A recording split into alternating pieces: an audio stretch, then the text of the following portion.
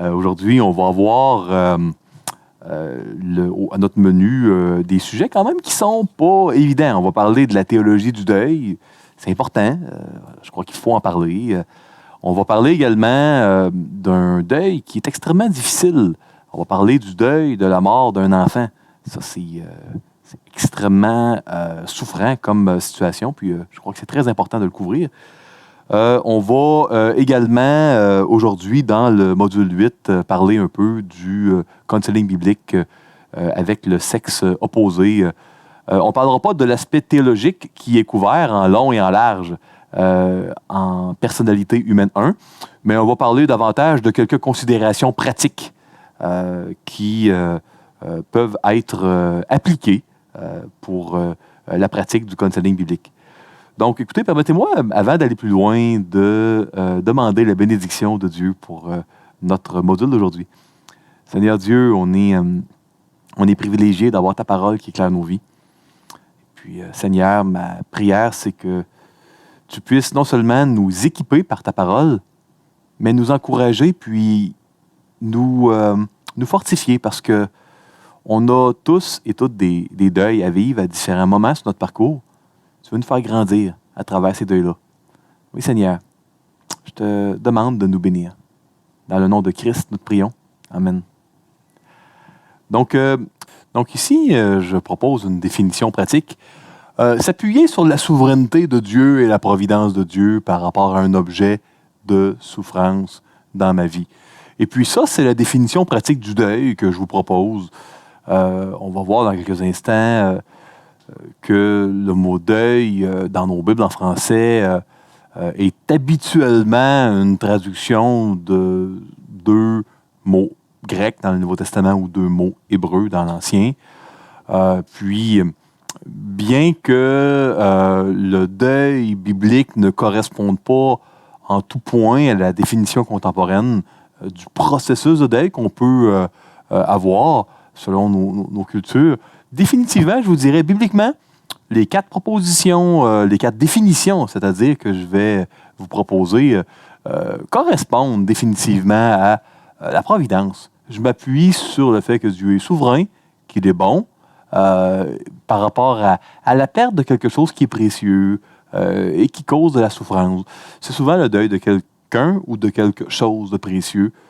Souvent, à un certain degré, un deuil, c'est quand quelque chose de précieux qui prenait de la place dans mon cœur, qui pouvait peut-être même avoir des échos dans mon rapport avec Dieu ou mon rapport par rapport à la vie ici-bas. Quand une telle personne ou une telle chose est retirée de ma vie, c'est là que on revient à la base, puis quand autour de nos bases, le plancher se dérobe, s'écroule. C'est là qu'on doit revisiter là, la base solide, inébranlable, qu'est l'alliance à notre relation avec Dieu, notre salut. On va avoir dans le Nouveau Testament le mot pentéo, qui est traduit par deuil. Et puis, si l'on prenait le lexique BDAG, on pourrait voir que ce mot est défini par expérimenter de la tristesse à cause d'une situation quelconque, s'engager dans le deuil de quelqu'un qui est décédé. Par exemple, dans Luc 6,25, « Malheur à vous qui êtes rassasiés, car vous aurez faim. Malheur à vous qui riez maintenant, car vous serez dans le deuil et dans les larmes. » Et puis ici, le deuil et les larmes, pour les gens qui rient et qui ne devraient pas rire, eh bien, évidemment, cela réfère à être triste en raison d'une cause quelconque. Ou encore s'engager dans le deuil pour une personne décédée, mais je crois que ce n'est pas le contexte ici de Luc 6. Également, on a un mot qui se ressemble, hein? Alors qu'on avait le verbe, là on a le mot qui provient du verbe, pentos, expérience ou expression de tristesse ou de deuil. Donc on peut s'engager dans le deuil, hein? Ici, expérimenter la tristesse. Et puis, on peut également recevoir, vivre l'expérience de tristesse due à quelque chose d'important qui a été retiré. quelque chose qui nous manque. C'est pas seulement quelque chose de précieux et d'important. Un deuil, c'est quelque chose de tellement important, tellement précieux que ça ait été un appui ou non, qu'on sent un manque. Sentez votre misère, soyez dans le deuil, dans les larmes, que votre rire se change en deuil et votre joie en tristesse. Ici, c'est un appel à rechercher une forme de tristesse, de manque. On doit ressentir notre manque de Dieu à certaines situations. La tristesse, c'est pas toujours négatif, c'est parfois quelque chose que l'on doit rechercher. La tristesse qui mène à la repentance, dont on ne se repent point. Ici, nous tombons dans le registre de l'Ancien Testament avec le mot misped en hébreu ancien, cérémonie de funérailles, les rites de deuil. Le mécanisme, la séquence qui nous aide à accepter le manque de quelque chose, puis à continuer à fonctionner. Passe, habitante de Shaphir, dans la nudité et la honte, l'habitante de Tsaanan n'ose sortir. Le deuil de Beth Haetzel vous prive de son abri, dans Michée 1.11.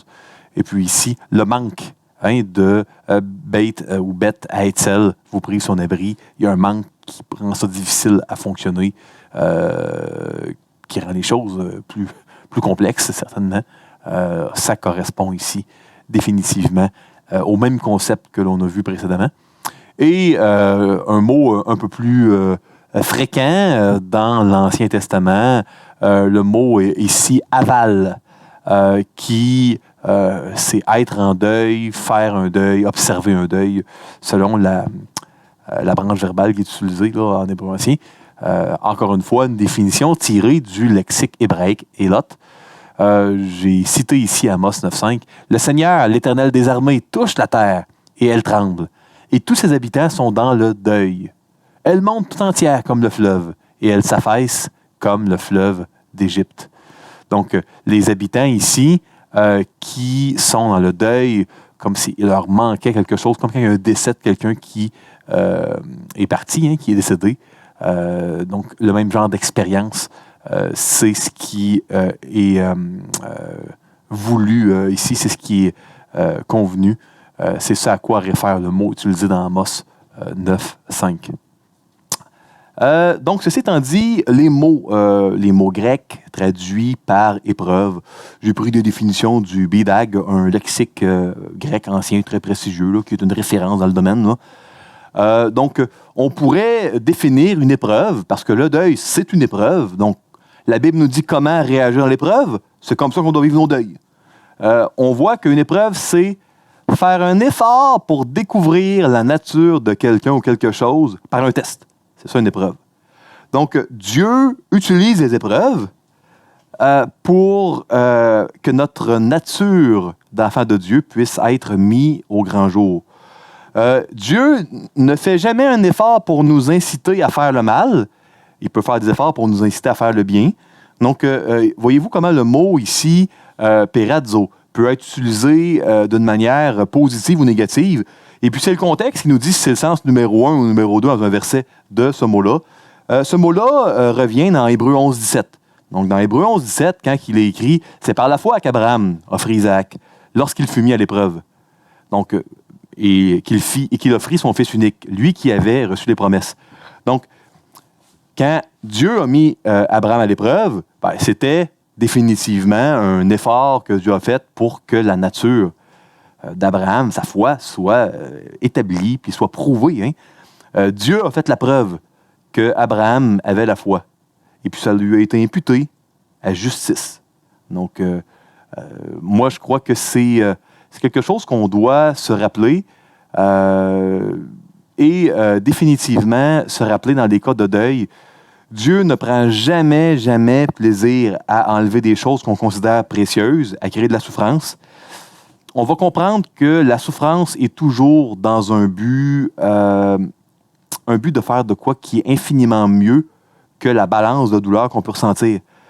Les difficultés de la vie n'ont aucune comparaison avec le poids de la gloire qui est à venir. Puis c'est important de s'en rappeler. Un mot ici qui ne revient pas souvent. Le premier, là, il ne revient pas souvent, perazzo, dans le Nouveau Testament. Je termine par le mot qui revient très, très souvent pour épreuve. Vous allez le voir, c'est pour toute fin pratique des synonymes. Ici, on a Document.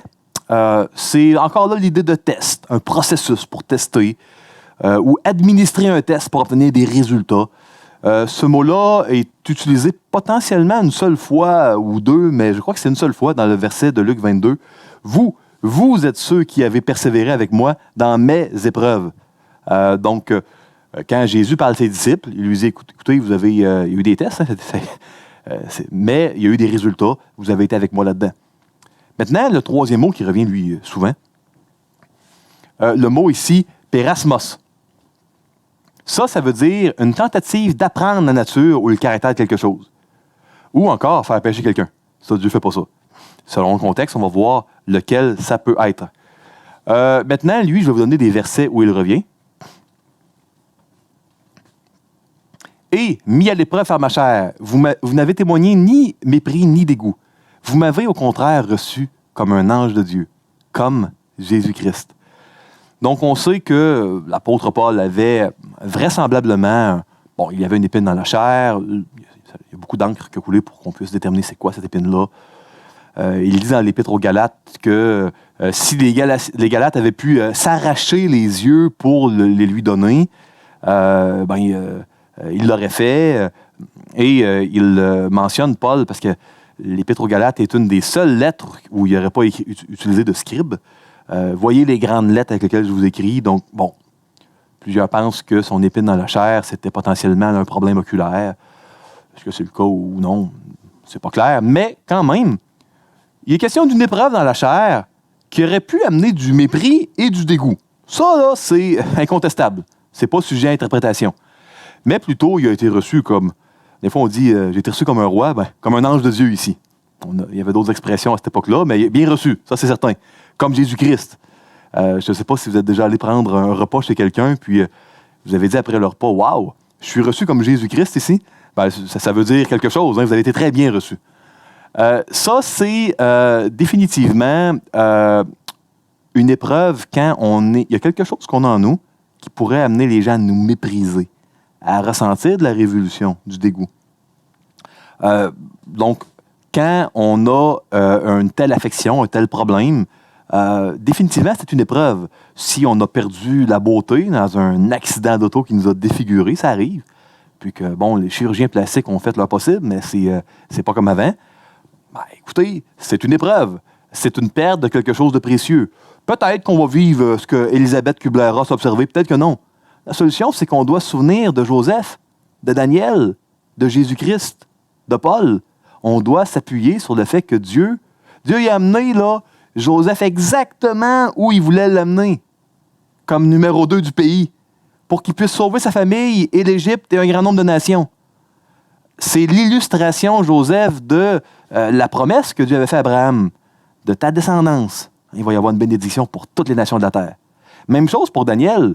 La ressemblance entre Daniel et Joseph sont criantes. Hein.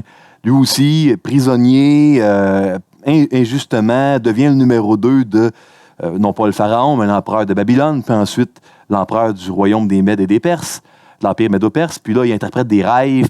Donc, être une bénédiction pour toutes les nations de la terre, je pense que amener à la conversion l'empereur de l'empire connu de l'époque mondiale qualifie pour être une bénédiction pour tout l'empire. Vous savez, dans le livre de Daniel, il y a un des chapitres qui a été écrit par Nebuchadnezzar. Chapitre 4, hein, moi, Nebuchadnezzar, puis il défile. Donc, ici, on a au chapitre 2, verset 22 de Philippiens, Paul qui dit « Vous savez qu'il a été mis à l'épreuve en se consacrant au service de l'Évangile avec moi, comme un enfant avec son père. » Donc, en parlant de son collègue ici, on voit que Paul mentionne qu'il a été testé. Testé pour que sa vraie nature soit révélée. Si ma mémoire ne me joue pas de tour, c'est bien d'Épaphras qu'on parle ici? Je crois que oui. Ça serait à vérifier. J'ai un blanc, mais j'ai l'impression qu'on parle d'Épaphras, le fidèle collègue. Épaphrodite, Épaphras? J'ai un petit blanc. On me fera signe à l'arrière. Ici, dans Jacques 1,2, ça c'est un classique, hein? Mes frères, regardez comme un sujet de joie complète. Vous allez peut-être dire, il y va fortement, Jacques. Mais c'est la parole de Dieu. les diverses épreuves, les tests difficiles, souffrants, où on perd des choses précieuses qui nous amènent à ce que notre vraie nature d'enfant de Dieu soit mise au grand jour. Dieu va nous amener là où il le veut. Romains 8, 28, toutes choses concourent au bien de ceux qui aiment Dieu. Épaphrodite, Épaphras? Épaphrodite. Donc, merci beaucoup pour la vérification. On va être notre curiosité contentée. Donc ici, on voit vraiment que quand on est exposé à des épreuves, à des tests, pour que notre nature soit mise à découvert, on doit voir ça comme un sujet de joie. C'est assez spécial de dire, non, c'est pas juste qu'il faut se contenter, puis passe à travers les étapes, là, mon ami. Non. Il faut lutter avec la joie. S'appliquer à la joie en Dieu. Est-ce que c'est possible, selon vous, c'est-tu biblique, ça? D'essayer, quand on vit une épreuve, de sentir de la joie. C'est-tu biblique? Est-ce que vous pensez que c'est réaliste de chercher à faire ça? J'aimerais vous suggérer que oui. Parce que Jésus, alors même qu'il était dans l'agonie à suer des grumeaux de sang, on sait par Hébreux, chapitre 12, versets 1 et 2, qu'il avait les yeux sur la joie à venir. Donc, cette petite parenthèse-là que l'auteur de l'Épître aux Hébreux nous fait au début du chapitre 12 est très précieuse. Elle nous donne une indication sur le type de foi que Jésus a eu à Gethsémani et puis sur la joie à venir. Donc, c'est très intéressant. Donc, non, ce que Jacques dit ici, là, Jésus l'a vécu. Est-ce que si Jésus l'a vécu, c'est un modèle à suivre pour nous? Oui, tout à fait. Donc, sachant que l'épreuve de votre foi produit la patience. Donc, quand on a des épreuves, des tests, c'est des tests de quoi? Des tests de foi. Voyez-vous pourquoi c'est une très bonne nouvelle que la foi ne vienne pas de nous, mais de Dieu? Mettez à l'épreuve la foi que Dieu donne, là, moi je ne suis pas inquiet, parce que ça vient de Dieu. C'est très rassurant pour moi. Et c'est pour ça qu'on ne perd pas notre salut et qu'un vrai croyant, authentiquement né de nouveau, va persévérer jusqu'à la fin. La foi vient de Dieu. C'est sûr qu'elle va résister à l'épreuve, à la foi de Dieu. Mais évidemment, si la foi reposait sur moi, ça serait très, très anxiogène, très épeurant, parce que ça vient de nous, mais est-ce que vraiment, quel résultat ça va donner dans la fournaise de l'épreuve? Donc, vous comprenez, hein? Donc, c'est très important de garder cela en tête. On est vraiment toujours ici dans l'utilisation de pérasmos, le mot courant, commun, utilisé dans le Nouveau Testament, traduit par épreuve habituellement, tentative d'apprendre la nature ou le caractère de quelque chose, ou de faire pécher quelqu'un. Et plus loin, on ne le lira pas, là, mais Jacques nous mentionne que Dieu, il tente personne. Fait qu'il donne de l'épreuve dans le but que notre foi, la foi qu'il nous a donnée, soit mise au grand jour, mais pas pour nous faire pécher. C'est très important de s'en souvenir. 1 Pierre 1,6. C'est là ce qui fait votre joie. Encore la joie. Quoique maintenant, puisqu'il le faut, vous soyez attristés pour un peu de temps par diverses épreuves, afin que l'épreuve de votre foi, c'est la foi qui est éprouvée, plus précieuse que l'or périssable, qui cependant est éprouvé par le feu, ait pour résultat la louange, la gloire et l'honneur lorsque Jésus-Christ apparaîtra. Écoutez, lisez le livre de Job, vous allez voir, Dieu est glorifié par l'intégrité de Job. Puis, malgré les épreuves, il reste fidèle. On va comprendre que les épreuves du moment présent avaient un poids éternel de gloire. Si on existe vraiment pour glorifier Dieu, puis on veut glorifier Dieu quel qu'en soit le coût, puis on fait confiance à Dieu, qu'il n'y aura rien au-delà de nos forces, puis qu'il va nous garder fidèles, pourquoi on ne chercherait pas à se réjouir quand il y a de l'épreuve? À travers les larmes, à travers le découragement, à travers les angoisses qu'on peut avoir, agonia peut-être à suer des grumeaux de sang? J'espère que non. Je ne souhaite pas le mal et la souffrance chez personne. Mais définitivement, je crois que de lutter avec joie pour rester fidèle, pour accepter ce que la main de Dieu nous donne, humblement, avec persévérance. Si on réalise le poids de louange pour notre Seigneur, comment le but de notre existence va être accompli, je crois que ça peut être un puissant espoir. Souvenez-vous que Dieu est souvent bien plus glorifié par l'attitude que nous reflétons dans l'épreuve et dans l'injustice que par les actions ou les choses qu'on peut faire. Puis, j'oserais même vous citer encore une fois l'exemple de notre Seigneur. La plupart des croyants vont être d'accord avec moi que la chose la plus glorieuse qui a jamais été faite, c'est la croix. Il n'y a rien qu'un être humain a fait qui était plus glorieux pour Dieu que la croix. Êtes-vous d'accord avec moi qu'il n'y a rien qui est mieux que la croix de Jésus-Christ en termes de gloire? Ouais, je vois que vous êtes d'accord, c'est parfait. Pourtant, la croix, d'un certain point de vue, c'est pas quelque chose que Jésus a fait. Il l'a accepté volontairement, hein? Il l'a subi, mais la croix, ultimement, c'est pas qu'il a multiplié les pains et les poissons ou qu'il a guéri des gens.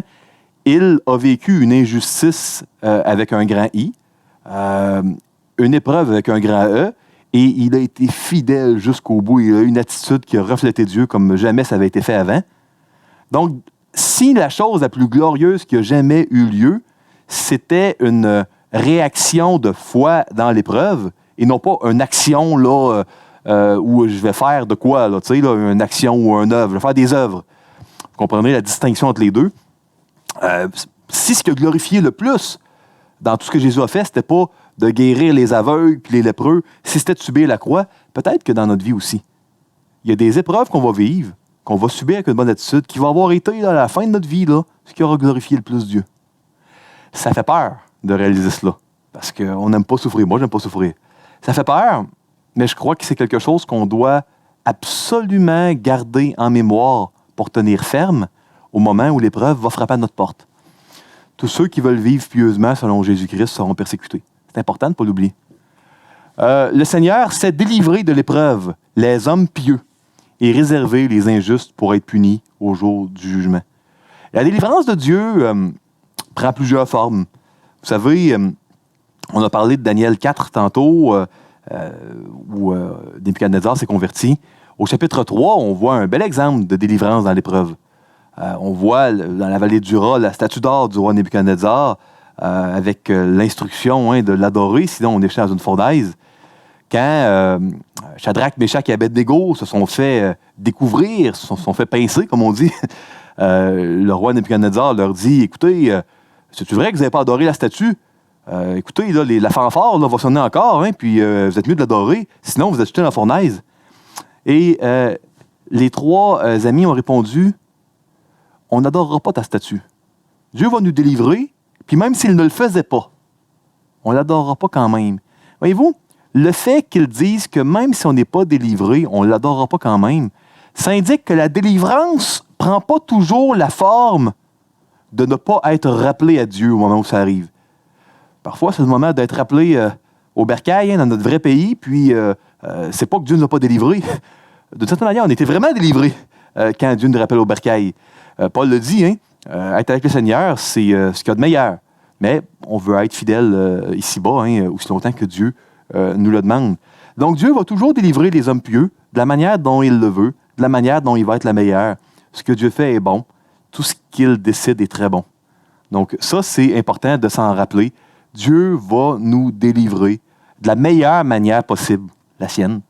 Et les épreuves, bien que parfois, surtout dans notre société occidentale, tellement caractérisée par la vénération du succès et de ce qui frappe l'œil, je crois que c'est criant que dans notre société, souvent, les gens qui sont frappés par l'épreuve, on s'en éloigne, on ne s'associe pas à eux, et bien souvent, on leur impute le malheur qu'il arrive. Il n'y a pas grand-chose de nouveau sous le soleil, c'est ce que les amis de Job ont fait, à bien des égards. Ils se font reprendre sévèrement par l'Éternel à la fin du livre de Job.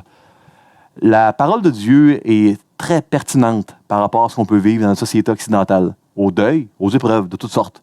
Et le deuil est une épreuve.